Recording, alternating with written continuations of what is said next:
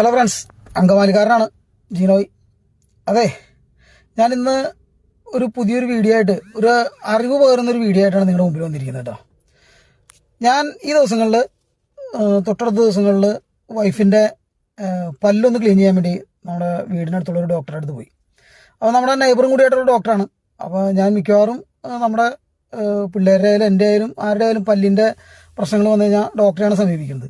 അപ്പോൾ ഡോക്ടറുടെ അടുത്ത് ചെന്ന് കഴിഞ്ഞപ്പോൾ ഡോക്ടർ പല്ല് ക്ലീനിങ്ങും കാര്യങ്ങളൊക്കെ കഴിഞ്ഞ് കഴിഞ്ഞിട്ട് നമുക്കൊരു ചെറിയൊരു അറിവ് പകർന്നു തന്നു. പല്ല് നമ്മൾ ശരിയായ രീതിയിൽ എങ്ങനെ തേക്കണം എന്നുള്ളതിനെ പറ്റി. അപ്പോൾ ഞാനത് കേട്ട് കഴിഞ്ഞപ്പോൾ എനിക്കത് വളരെ ഒരു നല്ലൊരു കാര്യമായിട്ട് തോന്നി. അപ്പോൾ അത് നിങ്ങളിലേക്ക് എത്തിക്കഴിഞ്ഞാൽ എല്ലാവർക്കും. ഹലോ ഫ്രണ്ട്സ്, അങ്കമാലിക്കാരനാണ് ജീനോയ്.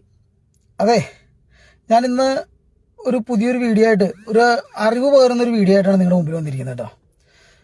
ഞാൻ ഈ ദിവസങ്ങളിൽ, തൊട്ടടുത്ത ദിവസങ്ങളിൽ വൈഫിൻ്റെ പല്ലൊന്ന് ക്ലീൻ ചെയ്യാൻ വേണ്ടി നമ്മുടെ വീടിനടുത്തുള്ള ഒരു ഡോക്ടറെ അടുത്ത് പോയി.